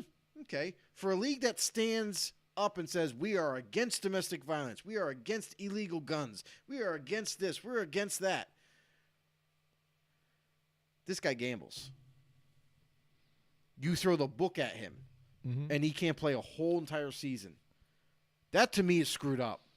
Yeah. The NFL's, guidelines or rules or regulations and everything, they're really messed up because you look at Frank Clark as early as last year. Had all these illegal guns in the back of the trunk of his car. Yeah. Charges were going to be pressed against him. He just paid his way out of it. And then the NFL goes, oh, no suspension. Yeah, you're good now. These guys are not acting like model citizens. Mm-hmm. They're either hurting their girlfriends or wives, beating women around, maybe doing some illegal activity, buying illegal guns when they shouldn't even be owning them. And the NFL is just like, Jimmy, let me see your hands. No. Just Ow. don't do it again. Yeah. Don't do it again. But if you gamble, you can't play. Mm-hmm. I think it's really overblown by the league. I understand maybe he wasn't supposed to do it, but it should have only been a slap on the hand and said, listen, you don't do it again or else you might be suspended for the year. Yeah, because the one funny thing about it, too, he wasn't even playing. Right. So it's not like he had anything to do with That's what I'm saying. changing the outcome of the game. Mm-hmm. He did what a lot of Americans do and bet on the games. I know it might be language in his contract that he can't, Right. With upholding the shield. NFL doesn't want to admit or think that the people think that the games are fixed, even though a lot of people think they are still. They've always thought that throughout history of people playing. As long as you see some of these outcomes, questionable Right. calls, especially now with legalized sports betting from casinos to just apps. You can do it from your phone everywhere, all around the world, all the times, on multiple things, not even to do with the game really exactly, nonstop around the world about this. And like you said, you're levying out stronger punishments for lesser crimes and lenient ones for other ones that seem egregious, violent, show and a terrible character. And these players are still out there. Just to hold up the integrity of the shield to show that, oh, no, wait, if you guys gamble on it, though, it's not fixed. You're not cheating. So it's like, we're not cheating. That's what we want to prove so much, that we hate this so badly. It's the same thing, again, I think, the way the MLB does it. If you look at the MLB and you look at this, you've got Mark McGwire, who obviously blew up, because I remember watching him play first base and things, just a normal dude who could still play productively, jacked up. Jose Canseco, jacked up. Barry Bonds, they still could play, got jacked. All of a sudden, they break all these rules and stuff and home run records and everything else. Yep. They're still not allowed in the Hall of Fame, but a few years pass, and now, we might consider it now. Okay. Meanwhile, Pete Rose, already out of his playing days, managing a team, gambles back in the 70s, 80s, And he's still never to walk the face of the earth in the Hall of Fame at all. Not even considered again. Yep. Just boom. Obviously not. No, we cannot. This is about the integrity of the game. Not allowed to do it. We cannot do it. If we go lenient on him, then the whole thing is, why do we have rules? Right. And this is the problem with these guys. Dude, you're telling me one thing, and this is why we can't believe you ever. You wonder why there's speculation. You're telling me that you respect this, blah, blah, blah, that we can't do this and because of the respect of the game. But, hey, by the way, go to MGM and, go to this and go to Caesar Sportsbook and place your bets. You'll get this much back. And if you lose, boom, we'll give it back to you. Hey, come on, guys. We're partnered with the NFL. What the hell, dude? Yeah. You're telling me double standards? Not to do this, and now you're not cheating, but you're allowing me to bet on it nonstop and stuff too. If you give me two different stories, which one am I supposed to believe? Yeah. And that's where I'm on board with you too as well. And the fact that the egregious problems, we've talked about it before, marijuana, guns, we've had issues about it. Marijuana's okay now. Yeah, no, I hear you. But that's what I mean, though. When they wanted to go hard, though, on it. Yeah. You can't do this and unless your name was Josh Gordon. Then they're like, he can do it again. No, he's got problems. Just let him come back in again. Suspend him for a year. He'll be back though. Who cares? But other people, there was just a major deal. And then the violence, they're just like, yeah, whatever. Yeah, they just kind of just sweep it under the rug. Yeah. So I don't agree with it as well too. I mean, what other punishment do you do? Again, just a major fine too. You want Gandil, well, you lost that much. Well, now we're going to triple it by this much or something like that. Yeah, so a fine, and you get suspensions, but for it to be indefinitely, suspension. I was just kind of like, all right. So you technically, whenever actually, we feel like you can, or you're not. Actually, you don't have to do a fine. 2-game suspension. That's 2 game checks. Yeah, 2 game checks. There you go. You know what I mean? Yeah. So I don't know. I agree with you on that. This crazy NFL world that we love. Absolute craziness for the offseason so far. Still more to come. I mean, we're only 3 days in on free agency, and the draft is right around the corner. So, if you like the draft, if you like to listen to what prospects are good, what prospects might be coming to your team, our draft special will be coming up after free agency concludes, and tune in. Because we usually like to do our top 10 for each position. That's going to be coming up, and we're going to talk about maybe some trade scenarios in the draft. Maybe what needs each team needs to attack. And obviously free agency has a lot to do with that because. One of the stapled rules in the NFL for teams is for whenever you're building your team up, you attack needs, like stuff you absolutely need in free agency. And then in the draft, that frees you up to draft the best potential player at your spot. So hopefully more teams go with that this year because we know it doesn't always work out. But, man, the Jets, they got two or three first-round picks, something high. like that. Yeah, it's crazy. So that team, Tackett, who was really on the show earlier, maybe this is the turnaround point for them after the draft. Let's see. This is it again. Fans are excited that Joe Douglas is actually doing some moves here. Finally, again. Right? Well, know why? The owner probably said, "Hey, if you don't do anything, then you're fired." Yeah. So. yeah. So, all right. Well, that's it. That's our show for tonight. Thanks, guys. It was a good one. It was a long one, but you know what? We got to hang out with Mike Tackett, talk to him. It's been a while. And everything and stuff. So it's cool. We're excited. It's year 5 here for us. Let's go. A lot of special things moving forward for you guys. We'll keep you posted on that. And until next time, see you later. Join us next week from 8 till 10 Wednesday night for more football on the know with Jim and Joe.